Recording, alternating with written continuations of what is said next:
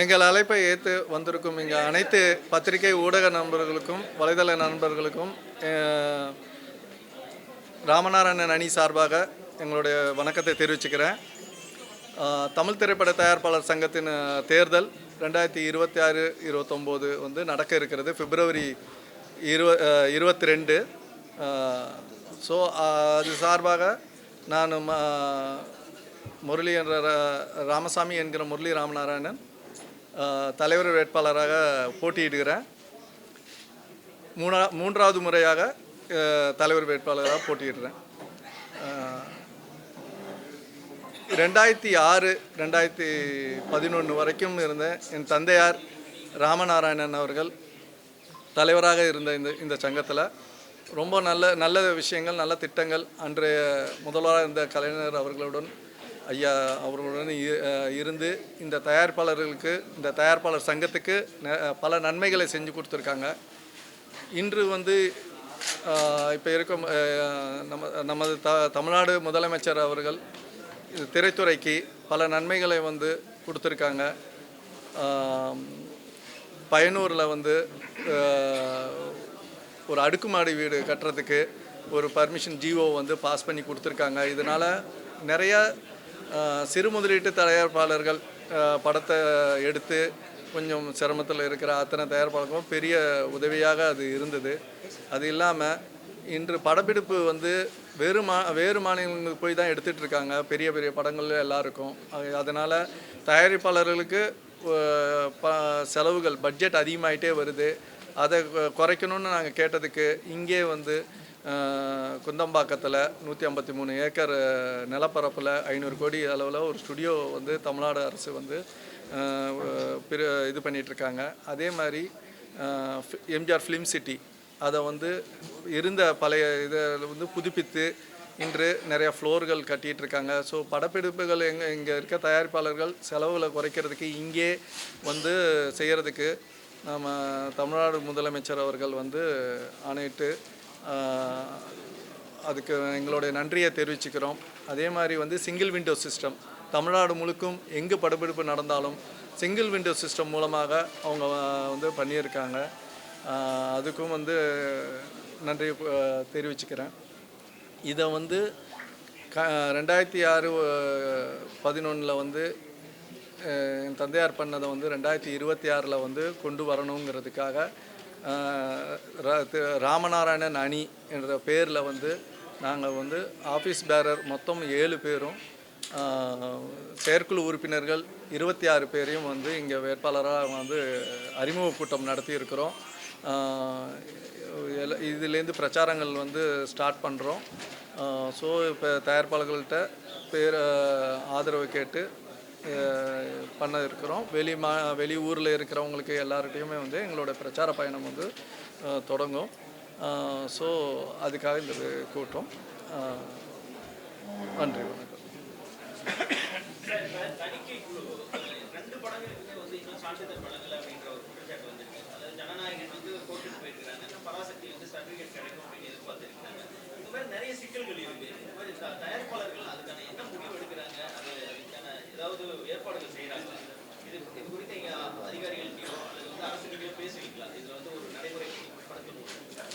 தணிகை குழு வந்து சென்ட்ரல் கவர்மெண்ட்டோடது. ஒரு 15 நாள் முன்னாடிக்குள்ளே ஒரு சில ரெப்ரசன்டேஷன், ஏன்னா அவங்க வந்து நிறையா சிஸ்டம் மாற்றிட்டே இருக்கிறாங்க. ஸோ நாங்கள் எங்களுடைய சிரமங்களை இப்போ வந்து ஒரு மாதம் முன்னாடி வந்து பேன் இண்டியா படங்கள் எடுக்கிறதுக்கு வந்து ஒரே நேரத்தில் அத்தனை மொழிகள்லையும் சென்சார் பண்ணுற மாதிரி ஒரு சூழ்நிலையை கொண்டு வந்து அதை அறிவிச்சிருக்காங்க. அது வந்து ஒரு திட்டம் வந்து கொண்டு வரும்போது அது ஆரம்ப ஸ்டேஜில் வந்து கொஞ்சம் வந்து சிரமப்பட வேண்டியது இருக்குது. ஏன்னா இதனால் எங்களுக்கு தயாரிப்பாளர்களுக்கு என்ன பிரச்சனைனா, இது வந்து தயாரிப்பாளர்கள் மட்டும் கிடையாது, இயக்குநர்கள் வந்து அதை நேர சூழ்நிலையை கருதி அவங்க சீக்கிரம் முடிக்கணும். ஏன்னா கடைசி நேரத்தில் சென்சாரை பண்ணிவிட்டு எல்லாரோடைய ப்ரெஷரையும் இருந்தது. ஏன்னா இன்றைக்கி வந்து புக்கிங் வந்து ஒரு வாரம் முன்னாடி ஓப்பன் பண்ண வேண்டியது இருக்குது. சென்சார் சர்டிஃபிகேட் வந்தால் தான் புக்கிங் ஓப்பன் ஆகணும். இப்போ வந்து சிங்கப்பூருக்கு எங்கள் ஃபாரினில் ரிலீஸ் பண்ணணுன்னா 21 நாளைக்கு முன்னாடி சென்சார் பண்ண வேண்டியது இருக்குது. சிங்கப்பூரில் ஒரு கண்ட்ரிக்கு ஒரு சட்டத்திட்டங்கள் இருக்குது. ஸோ தயாரிப்பாளர்கள் வந்து நம்ம வந்து இயக்குனர்கள்ட்டே வந்து அதை வந்து வேகப்படுத்தி கொஞ்சம் முன்னாடி கொடுங்க, இந்த டைம் ஃப்ரேம் வரும். அதை மாதிரி ஒரு சூழ்நிலையில் இப்போ நடந்துகிட்ருக்கு. ஏன்னா சென்சார் போர்டு எடுக்கிற சட்டத்திட்டங்கள் வந்து இன்றைக்கி சமுதாயத்தை எந்த அளவுக்கு பாதிக்கும் எல்லாத்தையும் பார்த்து தான் அவங்க அந்த சர்டிஃபிகேட் கொடுக்குறாங்க. அது இல்லாத பட்சத்தில் அதை ஹோல்ட் பண்ணுறாங்க. அது ஏதாவது பிரச்சனைக்குள்ள படங்களாக இருந்தால் ஹோல்ட் பண்ணுறாங்க. அதை வந்து அது 100% வந்து தயாரிப்பாளருக்கு பெரிய பாதிப்பு இருக்குது. அது வந்து இயக்குனர்கள் மற்ற அவங்க வந்து தயாரிப்பாளர்களை எண்ணி வந்து அவங்க அதை வந்து சரி பண்ணாங்கன்னா கரெக்டாக இருக்கும். 2 படங்களில் வந்து ஒரு படம் கோர்ட்டில் இருக்குது, இன்னொன்று வந்து முடிஞ்சதாக கேள்விப்பட்டோம். அது சீக்கிரம் வந்து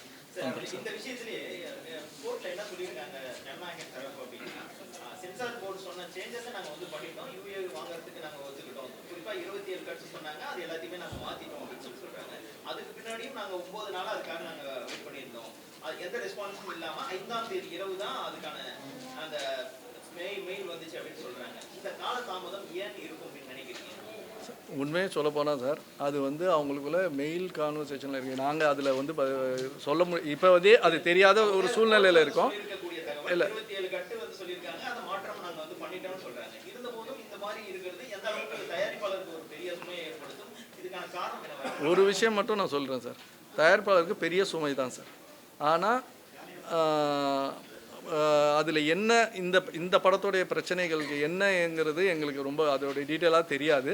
ஏன்னா இவங்க ஒத்துக்கிட்டேன்னு சொல்கிறாங்க. அப்படின்னா அவங்க ஏன் கொடுக்கலங்கிறத அவங்க தான் விளக்கம் கொடுக்கணும். எங்களுக்கு உண்மையாகவே அதை பற்றி தெரியல.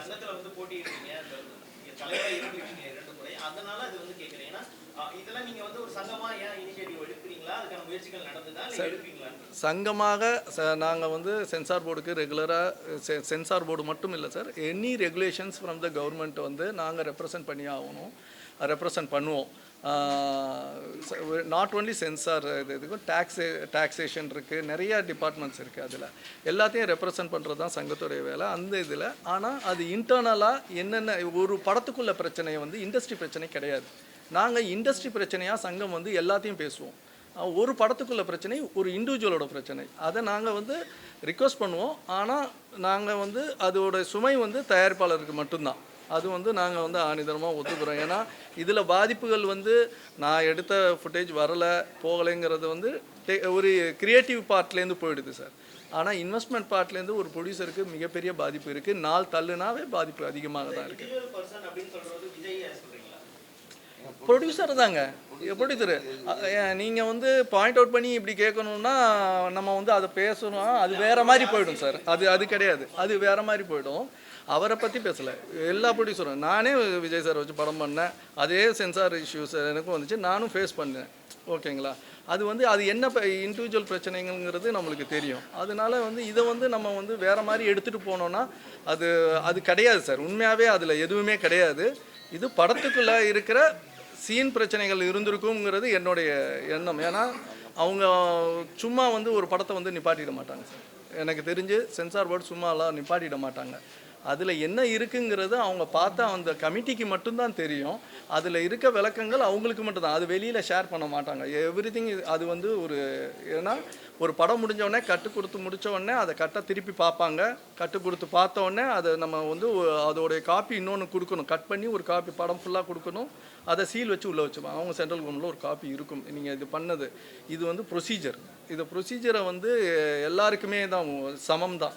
அதில் ஒன்றும் இது கிடையாது. இதில் இருக்க பிரச்சனைகள் உள்ளே இருக்க என்ன பிரச்சனைகள் கொடுக்கலைங்கிறது வந்து அவங்களுக்கு மட்டும்தான் தெரியும். சொல்லப்பட்டிருக்கு. 2 முறை நீங்கள் ஜெயிச்சு வந்துட்டீங்க, ஆனால் இந்த 3வது முறை வந்து இவ்வளோ போட்டி ஏன்? ஏன்னா நீங்கள் அப்போ நிறைய பேர் நிறைய குற்றச்சாட்டு வைக்கிறாங்க. அதெல்லாம் வந்து நீங்கள் எப்படி அதை கடந்து போக போகிறீங்க? ஏன்னா குற்றச்சாட்டுகள் நீங்கள் சொன்னீங்கன்னா அதை கடக்கிறதுக்கு நான் சொல்கிறேன். 2 முறை போட்டிங்கிறது இந்த வாட்டி என்ன சூழ்நிலைகள் வந்து ஒரு வருட கால சங்கத்துடைய செயல்பாடுகளில் பார்க்கும்போது இருக்குது. இன்னொன்று வந்து போட்டிகள் வந்து எப்போவுமே வந்து ஒரு தேர்தல்னு வந்துட்டால் எல்லா அமைப்பிலும் எல்லாருமே நண்பர்கள் தான். ஆனால் போட்டின்னு வந்து அது வரும், தேர்தலுங்கிறது போட்டியாக தான் வரும். அதை வந்து எங்களுக்குள்ளே இருக்கிற ஒரு ஸ்ட்ரென்த்தை வந்து நாங்கள் பார்த்துக்குறோம், அவ்வளோதானே தவிர 3வது வாட்டி நிற்கிறதுக்குள்ளது வந்து நிறையா விஷயங்கள் இன்னும் இருக்குது. ஏன்னா நான் எக்ஸாம்பிள் வந்து உதாரணத்துக்கு வந்து பையனூரோட இடம் வந்து இப்போ தமிழ்நாடு முதலமைச்சர் வந்து ஜியோ பாஸ் பண்ணி கொடுத்தாங்க. அது வீடு கட்டும் திட்டம் ஒன்று பெண்டிங் இருக்குது. சில இது வந்து இதில் இருக்குது. அதை வந்து கொஞ்சம் முழுமையாக்கணும். இருக்கிறவங்களுக்கு வீடு கட்டி கொடுக்க வேண்டியது இருக்குது.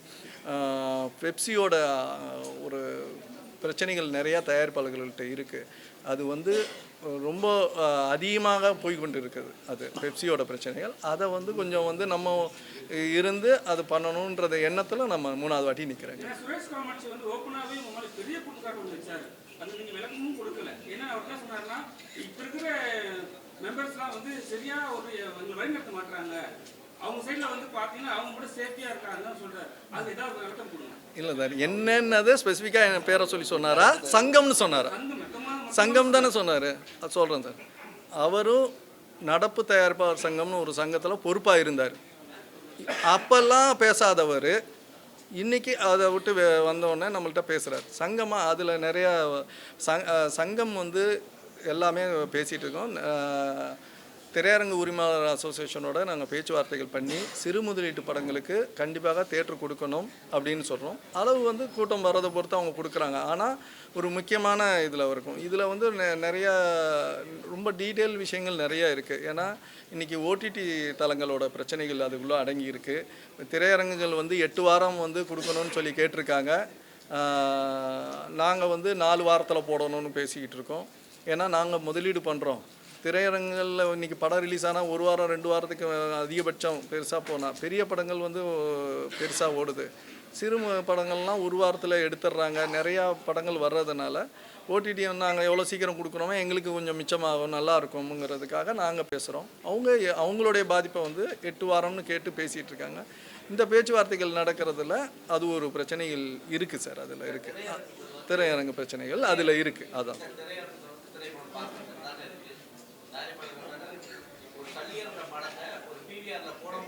தமிழ்நாட்டில இருந்து வடநாட்டில இருந்து வந்து சொல்றாங்க. அதுக்கு தயாரிப்பாளர் ஒரு வாய் கூட திறக்கவே இல்லை. ஏன் ஒரு தமிழ் படத்தை ஓபன் பண்ண முடியல? எலெக்ஷன்ல எல்லாம் வரைக்கும் சொல்லி நாங்களும் அவர்கிட்ட கேட்டோம்.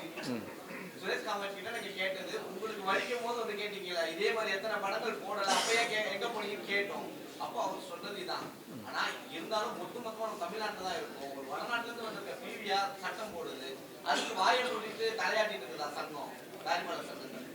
சங்கம் இதெல்லாம் இல்லை சார். பிவிஆர் வடநாடு இதுன்னு வந்து நம்ம பிரிக்கக்கூடாது. ஏன்னா இங்கே இருக்க பிவிஆர் வடநாடாக இருந்தாலும் இங்கே இருக்கிற தியேட்டர் வந்து முன்னாடி வந்து நம்ம ஆட்களில் இருந்தது. அது வியாபாரம், அது வேறு சார்.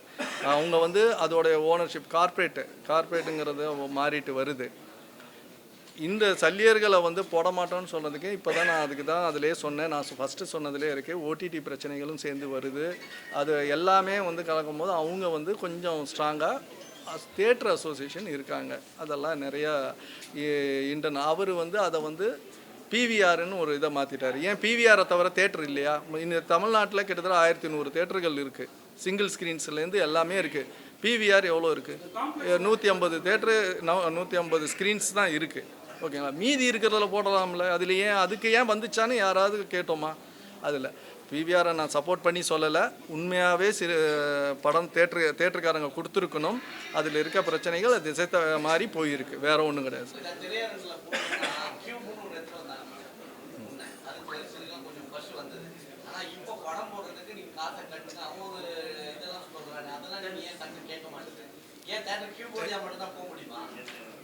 சார் கியூபுங்கிறது உங்களுக்கு வந்து கியூப் மட்டும் இல்லை சார். மொத்தம் வந்து 8 ப்ரொவைடர்ஸ் இருக்காங்க சார். கியூபு, சோனி, அந்த மாதிரி யூஎஃப்ஓ 8 ப்ரொவைடர்ஸ் இருக்கும். நம்ம கியூப் வந்து நிறையா தேட்டர்களில் அவங்களோட ப்ரொஜெக்டர்ஸ் இருக்கனால நம்ம கியூபை பற்றி பேசுகிறோம் சார். அதுதானே தவிர வேறு ஒன்றும் இல்லை. சின்ன படங்களுக்கு வந்து நான் முதல் வாட்டி இந்த சங்கத்துக்கு ஜெயிச்சு வந்ததுக்கப்புறம் அப்போ 12,500 இருந்ததை வந்து சிறு முதலீட்டு படங்களுக்கு 3,500 ஒரு வாரத்துக்கு, நான் 28 ஷோக்கு 3,500 நான் பேசி இன்றைக்கி வரைக்கும் எங்கள் மெம்பர்களுக்கு வேணும்னு சொன்னது போக இன்றைக்கி இருக்கிற அத்தனை அசோசியேஷன் மெம்பர்ஸுக்கும் அது அவங்க கொடுக்குறாங்க. சிறு முதலீட்டு படங்களுக்கு 3,500 இப்போ ரீரிலீஸ் பண்ணுறாங்க. அதுவும் வந்து ரொம்ப ஜாஸ்தி பேசி அதை இப்போ நாங்கள் பேசி அதே 3,500 ரீரிலீஸ் படங்களுக்கு நாங்கள் குறைச்சிருக்கோம். இன்னும் கொஞ்ச நாளில் அதை வந்து டோட்டலாக வேவ் பண்ணுறதுக்கு பேசிகிட்டு இருக்கிறோம் சார். இதுதான் சங்கமாக நாங்கள் வந்து இப்போதைக்கு இது மூவ் ஆகி போயிட்டுருக்கு. இன்னும் ஒரு வருஷத்தில் அதை ஏன்னா ஒருத்தர் இன்வெஸ்ட் பண்ணி ப்ரொஜெக்டர் போட்டிருக்காங்க தேட்டருக்காரங்க, நாங்கள் வந்து கட்ட மாட்டோன்னு பேசணும், ஸ்ட்ரைக் ஆனோம். ஆனால் ஒரு இடத்துல இந்த பிரச்சனைகளை ஸ்ட்ரைக்கு பிரச்சனைகள் இதே பேசிகிட்டு இல்லாமல் ஒரு இடத்துல முடிவு கொண்டு வர்றதுக்காக மொத்தமாக எப்போ வந்து இது பண்ணணும். ஏன்னா இது வந்து எனக்கு முன்னாடி இருந்த தலைவராக விஷால் இருக்கும்போது இது நடந்தது. அப்போ அவர் ஒன்று பண்ணாங்க. ஆனால் அந்த டைமில் பிரச்சனைகளில் அதை முடிவு கொண்டு வர முடியல. இல்லைன்னா அன்றைக்கே கொண்டு வந்திருக்கோம். இப்போ மறுபடியும் அதை தொடர்ந்து கொண்டு வரோம் சார். பெப்சி தான் வந்து டோட்டலாவே நீங்க அவங்க கூட சேர்ந்து நீங்க ஒர்க் பண்ணி ஆகணும். இப்போ சாத்திய செல்வமணி வந்து அந்த டீம்ல போயிட்டு பேசுறாரு. இது நாங்க எப்படி எடுத்துக்கிறது? அவங்க ஒருவேளை நீங்க ஜெயிச்சு வந்தாலும் அவங்க சைடு ஹெல்ப் பண்ணுவாங்களா, இல்ல அவங்க சைடு ஜெயிச்சா அவர் ஹெல்ப் பண்ண வரா மாட்டாரா? புரியவே இல்லையா உங்களுக்கு சார்? நீங்க ஆர்கே செல்வமணி கேட்க இல்ல அவர் வந்து நிக்கிறாரு, இவங்க ஜெயிச்சு வந்தா என்ன பண்ணுவாங்க சார்? இங்கே வந்து இது வந்து எலெக்ஷனோட முடிஞ்சிடும் சார். எலெக்ஷனோட முடிஞ்சிடும். ஆர்கே செல்வமணி அவர்கள் இதில் வந்து தலையிடவே கூடாது. அவர் வந்து தயாரிப்பாளராக நான் வந்தேன்னு பேசியிருக்காரு. ஆனால் அவர் வந்து ஒரு பெப்சியின் தலைவராக 3 முறை 10 வருஷமாக இருக்கிறாரு. அப்படி இருக்கும்போது அவரோட அடையாளம் வந்து ஒரு பெப்சி தலைவர் தான். இதுக்காக தான் நான் வந்து 3வது முறையாக நிற்கிறேன். நான் அது வந்து ஏன்னா பெப்சி அவர் வந்து இதில் தலையிட்டு இந்த சங்கத்தில் இருக்கிற தயாரிப்பாளர் அவர் கட்டுப்பாட்டுக்குள்ளே கொண்டு வர்றதுக்கு, தொழிலாளர் கட்டுப்பாட்டுக்குள்ளே கொண்டு வர்றதுக்காக முயற்சி செய்கிறத நாங்கள் வந்து எங்களுக்கு தெரியுது. அதுக்காக தான் நாங்கள் அந்த 3வது நிற்கிறோம். அதுக்கு தான் நாங்கள் வந்து இது எல்லா தயார்பாட்டையும் சொல்ல இருக்கிறோம் சார். அதான் சார்.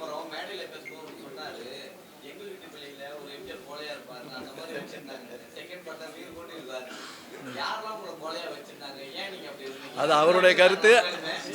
அவருடைய கருத்து அவர்கிட்ட கேளுங்க சார்.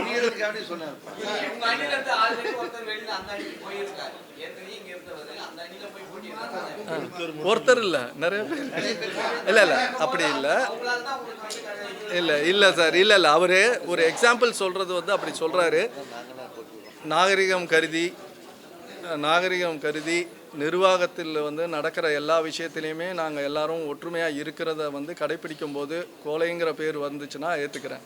ஓகேங்களா? ஏன்னா எதையுமே அசிங்கப்படுத்தக்கூடாது.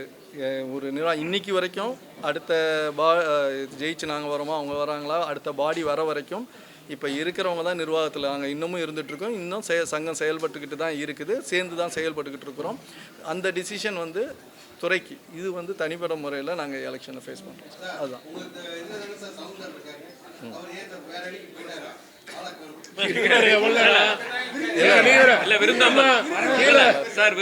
தயாரிப்பாளர்கள்லாம் வந்திருக்காங்க, அவங்க இருக்காங்க சார்.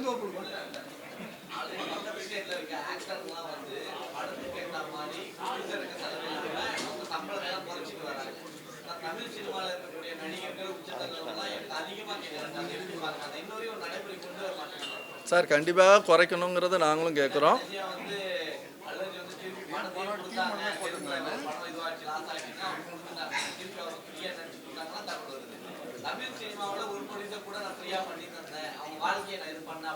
இல்லை சார், 2 பதிலாக சொல்கிறேன் சார். ஒன்று வந்து நீங்கள் நடிகர்கள் எல்லாருமே வந்து தப்பு தருவாங்க. ஏன்னா சூப்பர் ஸ்டார் ரஜினிகாந்த் லாஸ் ஆச்சுன்னா உடனே எல்லாரையும் கூப்பிட்டு கொடுத்துருக்காரு.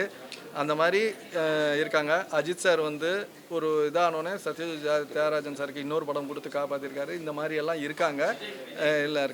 விஜய் சார் வந்து அவர் வரும்போது கொடுப்பாரு.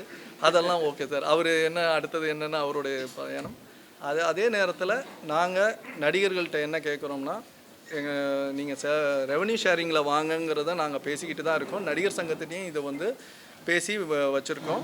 ஸோ அவங்க நடிகர் சங்கமும் ஒருத்தரோட சம்பளத்தை நாங்கள் யாரும் ஃபிக்ஸ் பண்ண முடியாது. ஏன்னா இன்றைக்கி மார்க்கெட் இருக்கும்போது தான் சம்பளம் ஏற்றுறது இறங்குது. மேக்ஸிமம் வந்து இன்னொன்று நாங்கள் முக்கியமாக கேட்குறோம், தமிழ்நாட்டில் இருக்க தயாரிப்பாளருக்கு கண்டிப்பாக டேட்டு கொடுங்கன்னு கேட்டுக்கிட்டு இருக்கிறோம். அதை தாண்டி போயிட்டாங்க. அந்த இடத்த நீங்கள் சம்பளத்தை பார்த்துறீங்க, அதை தாண்டி அவங்க அங்கே போயிட்டாங்க. அதெல்லாம் வந்து இங்கே இருக்கிறவங்களுக்கும் நீங்கள் பாருங்கன்றதை நாங்கள் வந்து சங்கத்தை கேட்டுக்கிறோம். இந்த பத்திரிகை வாயிலாகவும் கேட்டுக்கிறோம் சார். நன்றி சார்.